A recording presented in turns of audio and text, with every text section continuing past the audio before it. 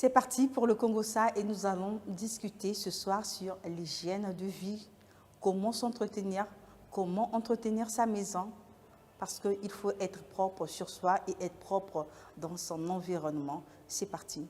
Alors, bonsoir. Bonsoir Espoir. Bonsoir Lorlaine. Bonsoir Rita Abbé. Bonsoir Lorlaine. Bonsoir Fleury Chamba. Bonsoir Lorlaine. Vous êtes toutes belles, tout beau et j'espère que c'est le cas chez vous. Alors Espoir, nous voyons il y a des personnes bien beaux telles que tu es là, bien vêtues, bien propres, mais chez lui c'est la catastrophe. Comment expliquer cela? Il y a un contraste entre la réalité de ce que nous voyons et la réalité cachée de la personne. Véritable contraste. Généralement, les hommes les plus élégants sont peu à être élégants chez lui. Généralement, les femmes qui brillent nous emmènent à croire que tout ce qui brille n'est pas de l'or. Faisons attention avec la journée qui deviendra un jour nuit si on ne fait pas attention. Je veux dire ceci. En réalité, la propreté ou l'hygiène chez la personne ne se définit pas en ce que nous voyons, Oui. mais en ce qu'il est chez lui, dans son milieu restreint. C'est là où on peut savoir réellement la nature de la personne. Si je m'emmène à définir l'hygiène de vie, c'est l'ensemble des règles de la propreté ou de propreté qui nous emmènent à pratiquer pour maintenir propre ou hygiénique notre milieu de vie ou d'évolution. Ça peut être la maison, le bureau, là où nous évoluons, là où nous vendons. En tout cas, c'est l'ensemble de ces règles qui nous emmènent à maintenir propre notre cadre de fonction. Rita Abbé, je viens à toi. Espoir vient de nous parler de contraste. Il y a un véritable contraste lorsqu'on est propre à l'extérieur et sale chez soi. Alors, est-ce que tu peux nous aider avec quelques règles de vie? D'abord, dans la chambre, le drap. Il faut combien de jours pour changer un drap? Et dis un peu, comment ça se passe? Il faut en général 3 jours, voire 1 semaine d'utilisation. À chaque fois, tu dois tout le temps changer tes draps. Et bien entretenir la maison. Parce qu'à tout moment, tu peux recevoir des gens. Imagine, les gens ont l'habitude de te voir bien sapé, bien propre. Et ils se disent que la dame ou le monsieur, en tout cas chez lui, il est très propre. Et on arrive chez toi, c'est le contraire.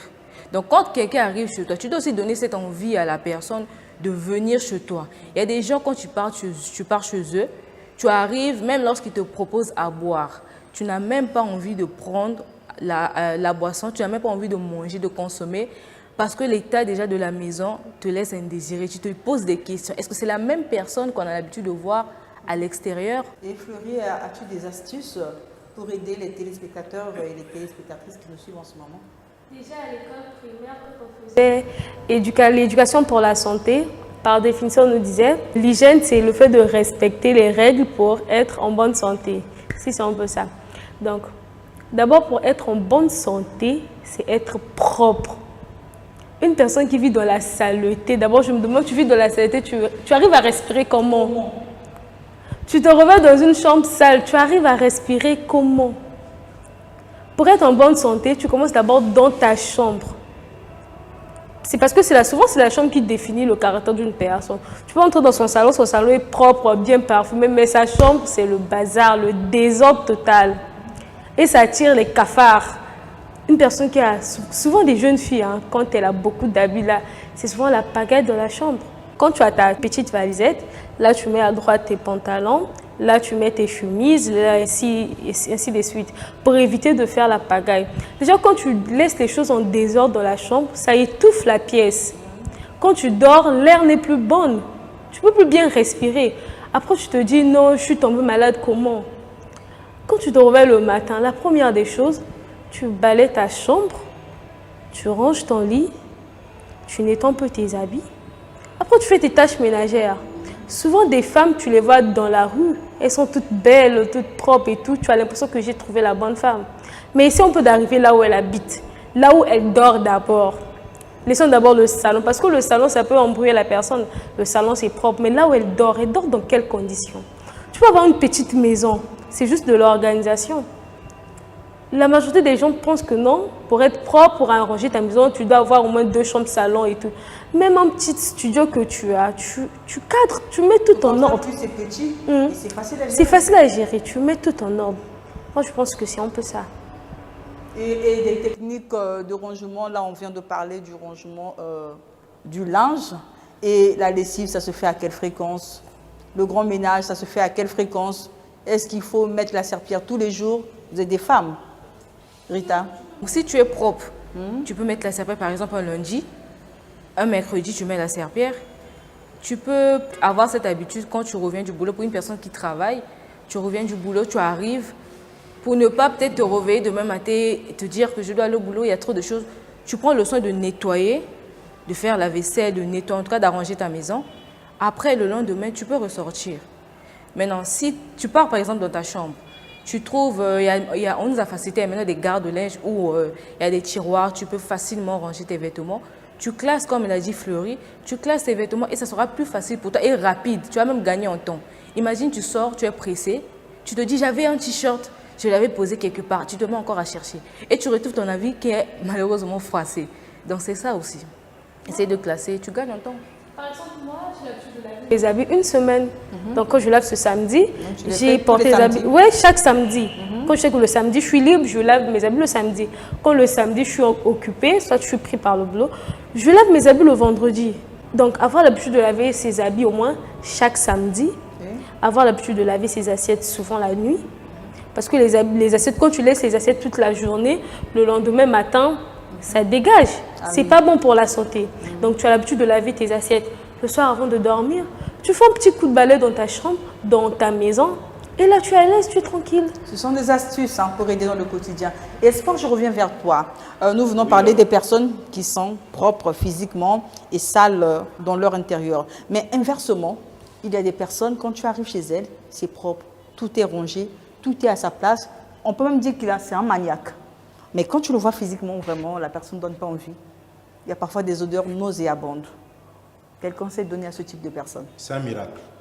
Dans la société, il y a des gens qu'on appelle les maniaques, que vous avez souligné, que vous avez l'habitude de souligner, bien sûr. Mais chez moi, c'est une maladie psychologique.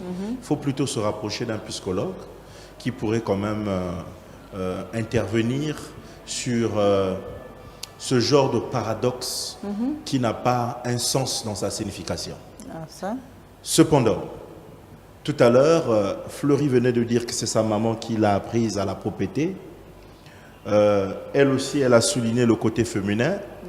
Mais la question que je te pose, permets-moi de te ravir la vedette. Vas-y. As-tu déjà vu un homme sale? Oui. Étant marié? Ça existe, oui. Crois-tu que derrière un grand homme, il existe une grande dame? Ah oui, c'est ce qu'on dit. Et crois-tu que derrière un homme propre, il existe une femme propre? Oui. Et crois-tu donc aussi que derrière un homme sale, forcément, il y a une femme sale? Déjà, je t'arrête. Parce que tu dis que c'est sa femme, c'est pas sa mère. Donc là, maintenant, c'est pas sa mère. C'est pas sa mère. Chers téléspectateurs. Parce que dans une émission précédente, nous avions parlé d'éducation. Oui. Donc, c'est la base. C'est la base. Donc, si ses parents ont raté son éducation, c'est pas à mettre ça sur l'actif de sa femme. Mais donc nous ne sommes plus les bébés de nos femmes. Parce que les femmes sentent nos deuxièmes mamans, capables à nous prendre dans le néant, à nous forger, à nous donner un sens. Le sens que la femme veut. Voyez-vous, aujourd'hui, nous, Lorlaine, il y a plusieurs foyers qui dégagent de la saleté. À la maison, tout est sale. Partout, tout est sale. Mais il y a une femme qui existe dans cette maison. Nous, en tant que célibataires, nous nous battons à faire une espèce d'hygiène chez nous. Mais tout en espérant trouver une aide qui viendra accompagner cette propriété.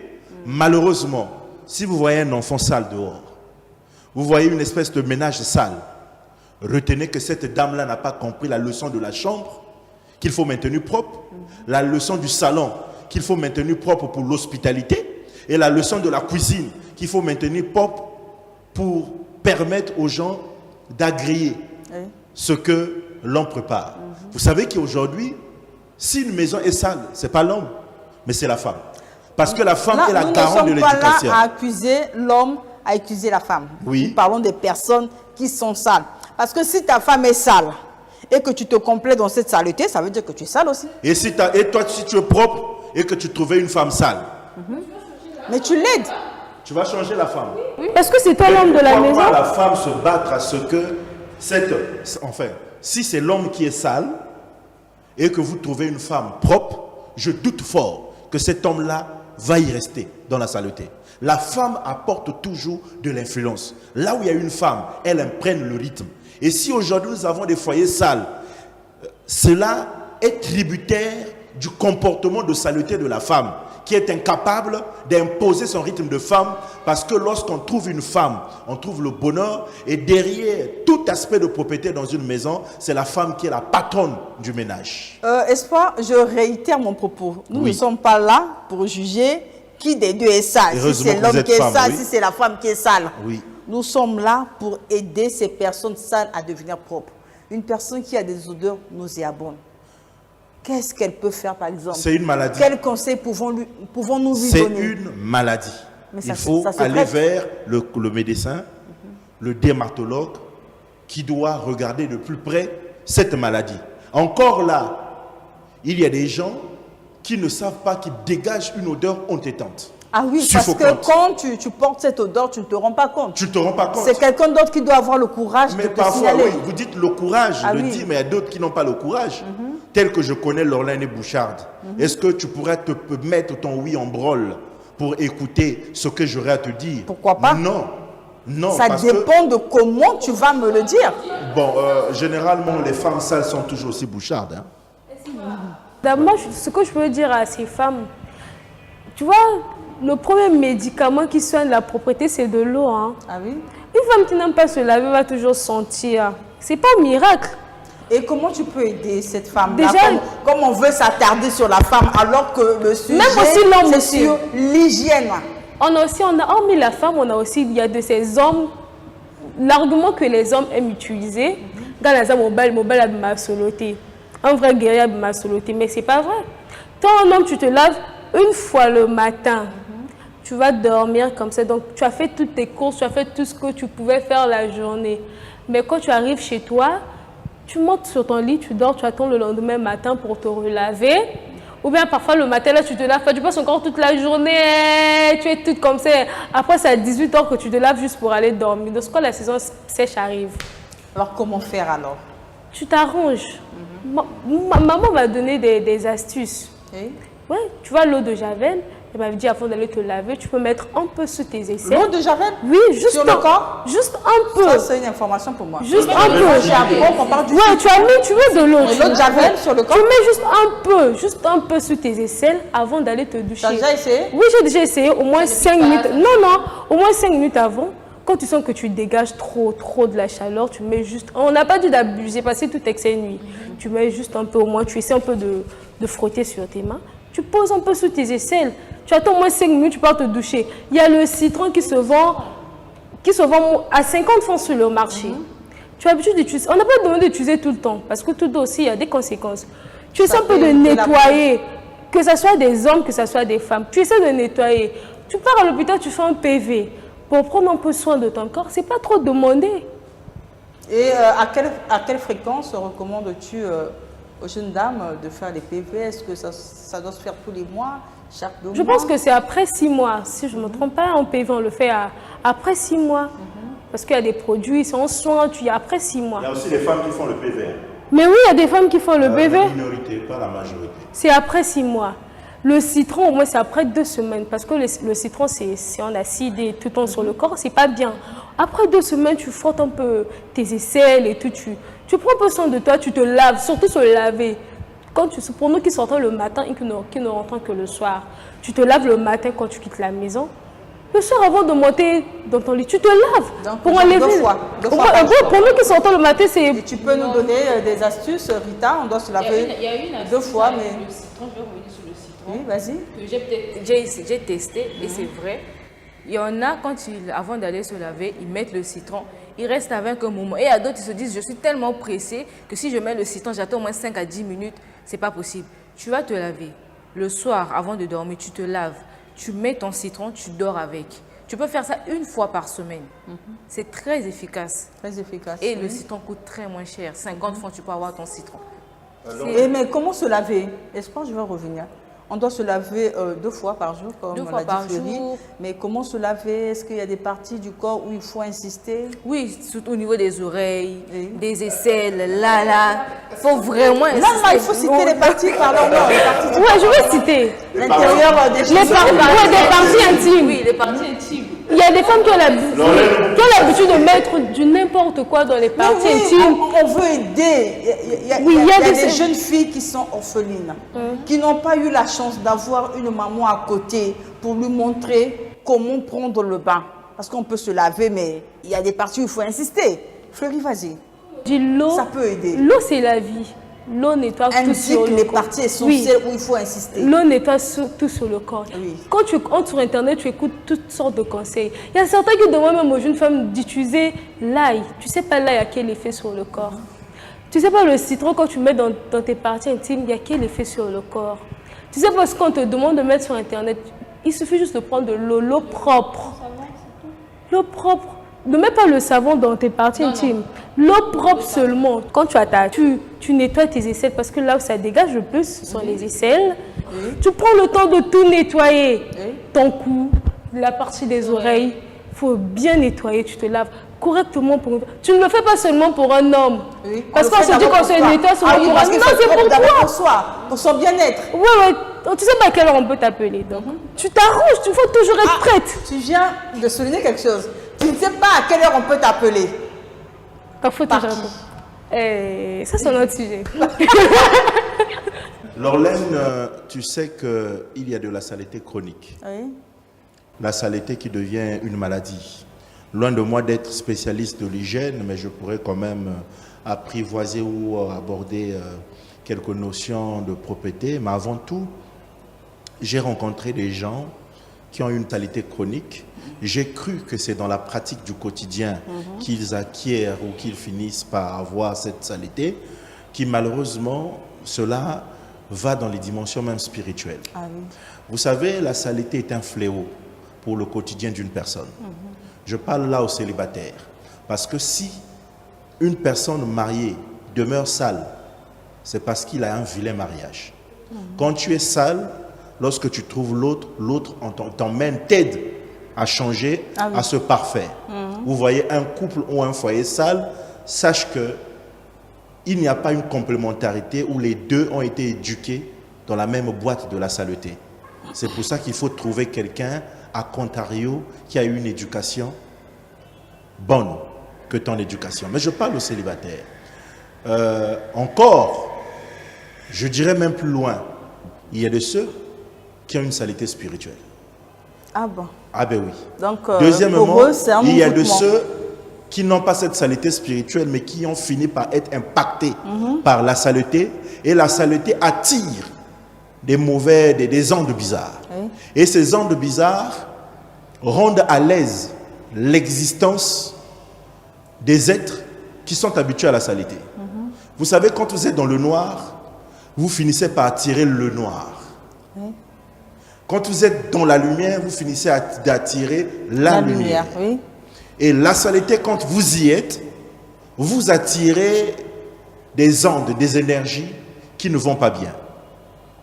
Regardez un peu, une maison sale ne peut pas garder de la bonne santé. Non. Une maison sale ne peut pas garder de la belle vie. D'ailleurs, une personne qui vit dans la saleté vit très mal et c'est compliqué.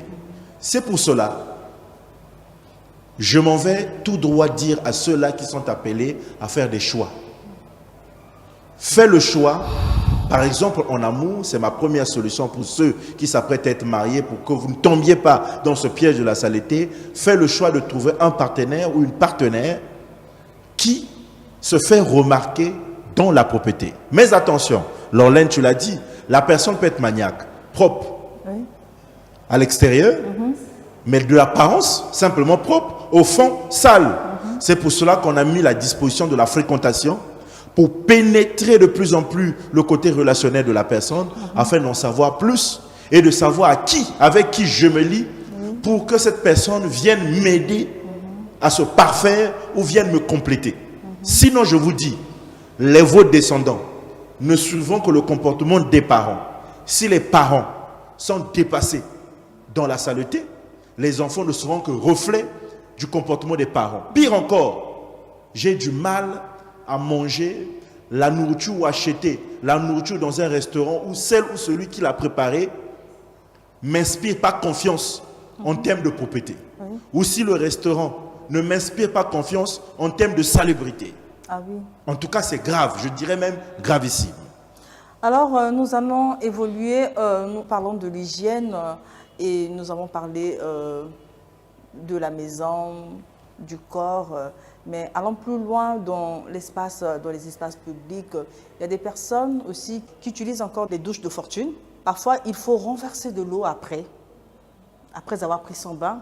Mais il y a des personnes qui se permettent de renverser là, dans la ruelle. Est-ce que c'est hygiénique de faire comme ça? Je pense que déjà, du point de vue du service de l'hygiène qui se trouve au niveau des mairies, il y a des dispositions qui rendent rédhibitoires ou prohibent ces genres de comportements, parce que vous savez que la ruelle n'appartient pas à un individu, mais appartient plutôt à l'État, et tout usage de l'espace public doit être en accord avec les textes et règlements de l'État mis en place pour essayer de garder le lieu public propre. Mais il y a des gens qui débordent, comme vous l'avez dit, c'est-à-dire qu'ils créent des crevassés où l'eau, une espèce de fosse septique, où des eaux usées, des douches viennent traverser. Encore là, faudrait-il vider encore ces eaux usées, mais c'est un endroit public, les gens y passent. Si vous voyez ce genre de personnes, ça veut dire le propriétaire d'abord de la parcelle a été inachevé lors de la conception de son plan de construction, parce que lorsqu'on construit une parcelle dans un milieu urbain ou dans une zone développée comme Brazzaville, il faut prévoir également les sanitaires. Et les sanitaires doivent avoir un chemin d'évacuation. Mais si le chemin d'évacuation n'existe pas, c'est-à-dire que vous avez un projet de construction, vous avez eu un plan de construction inachevé. Et là, vous serez carrément blâmé par les textes. Mais aujourd'hui, vous parlez des eaux de douche, mais il y a aussi des poubelles. Ah oui. Des poubelles dans les rues.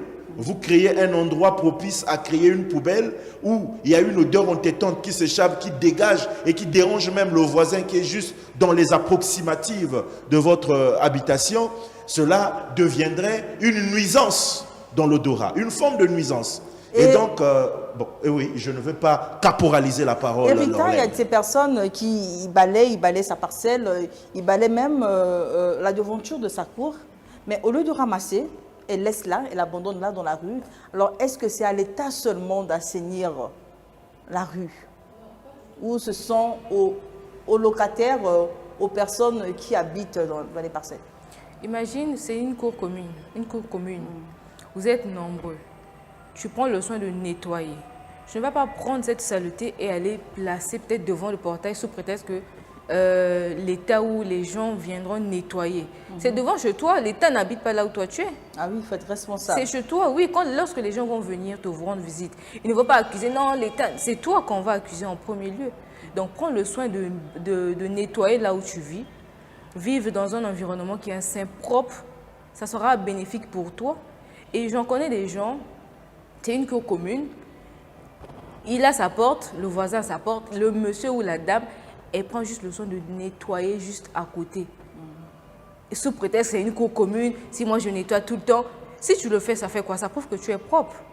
C'est une parcelle. Lorsque les gens vont rentrer, on se dit, tiens, dans cette parcelle, les gens sont très propres parce que la parcelle est très... Imagine, on rentre, on se dit, la parcelle, elle est sale. Et toi, tu es propre, la maison est propre, en tout cas, tu prends le soin de nettoyer. Mais on te met déjà dans le lot des gens qui sont sales parce qu'on trouve déjà que votre parcelle, elle est très sale. Donc, nettoie juste, ça ne va rien te coûter. Tu nettoies, tu prends, tu mets à côté dans une poubelle et après, jeter. C'est simple. L'eau sale attire des moustiques qui vont attirer le palu. Et quand il y a le palu, ça peut conduire à la mort. La saleté qu'on laisse souvent devant la parcelle parce que tu ne peux pas enlever, tu attends que l'État vienne enlever devant ta parcelle. Mais quand tu vas souffrir de la fièvre typhoïde, est-ce que c'est l'État qui va souffrir à ta place ou bien c'est toi qui vas payer les conséquences de tes actes. Tu seras le seul empathie. C'est toi qui vas encore dépenser parce que ta saleté t'a conduit là. Et en parlant de l'hygiène, nous saluons d'ailleurs la circulaire qui prône l'assainissement des espaces publics tous les premiers samedis du mois. Oui, effectivement, nous ne pouvons pas y passer pieds joints sans pourtant souligner avec grandiloquence cette initiative que le gouvernement, quand nous parlons du gouvernement, c'est une continuité. Et sinon, nous parlons du feu Premier ministre Clément Mwamba, qui à son actif avait pris le soin de signer cette circulaire portant sur la salubrité de chaque premier samedi du mois. Et vous savez, du jour au jour, nous constatons que cette circulaire est en train de prendre de l'ampleur. Chaque Congolais, quel que soit l'endroit où il se trouve, est en train de s'imprégner des mécanismes ou des règles de cette circulaire. Et aujourd'hui, dans toutes les structures de l'État, sinon encore que privées, sont obligés de se conformer à cette circulaire. Et aujourd'hui, il y a des structures, déjà nous ici à Télé Congo, nous avons obéi à cette circulaire. Ah oui. Nous avons énormément obéi à cette circulaire. Nous avons Tous les des administrations premiers samedis publiques. du mois, nous sommes là. Le premier samedi du mois, j'ai été surpris au niveau de Djambala à constater que le premier samedi du mois, il y avait également cette astuce.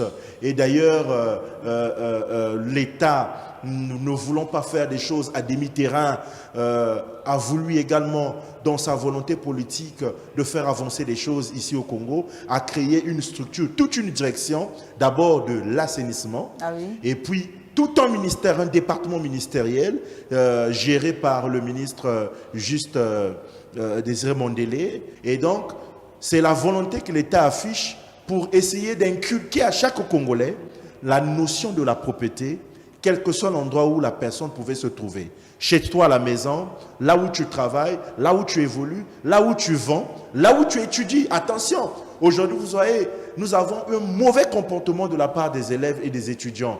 Une classe qui a été peinte, une classe qui a été refaite, qui a subi une cure de jouvence, est devenue propre.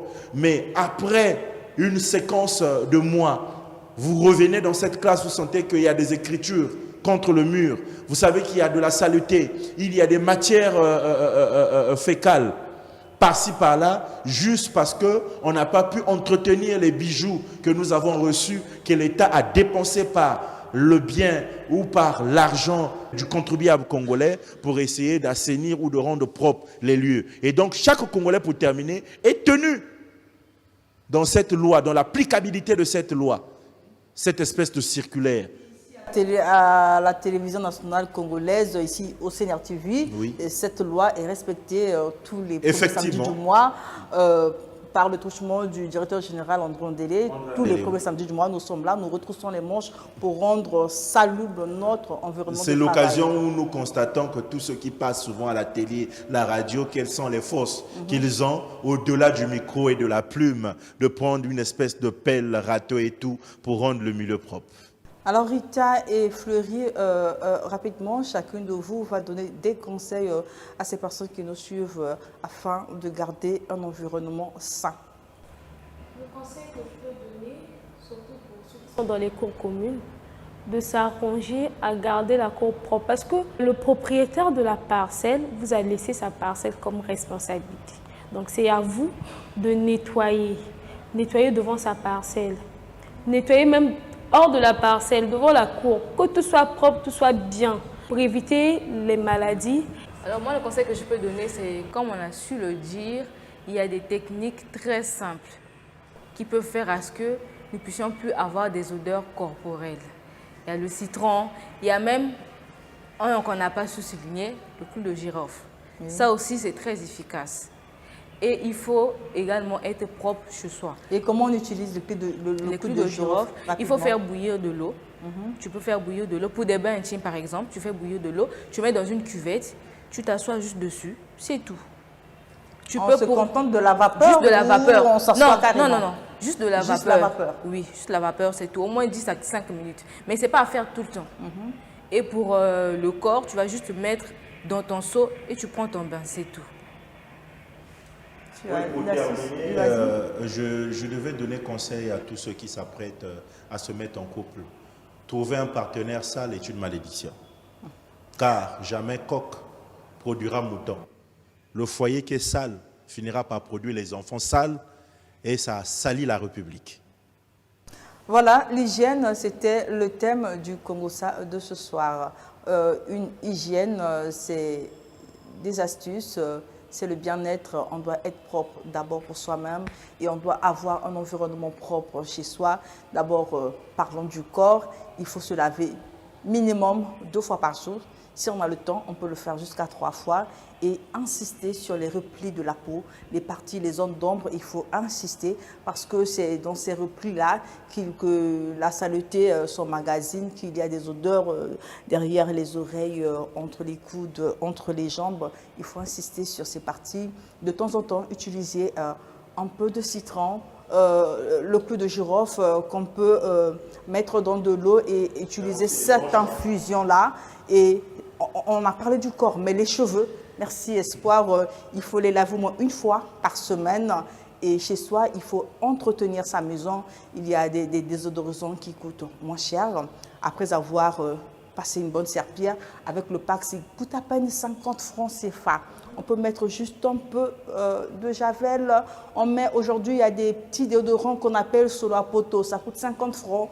Et donc voyez-vous que l'hygiène, ce n'est pas une affaire des personnes riches.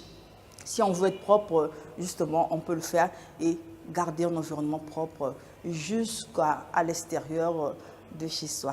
Merci, c'était le Congossa. Au revoir et au prochain numéro. Au revoir, au revoir, au revoir.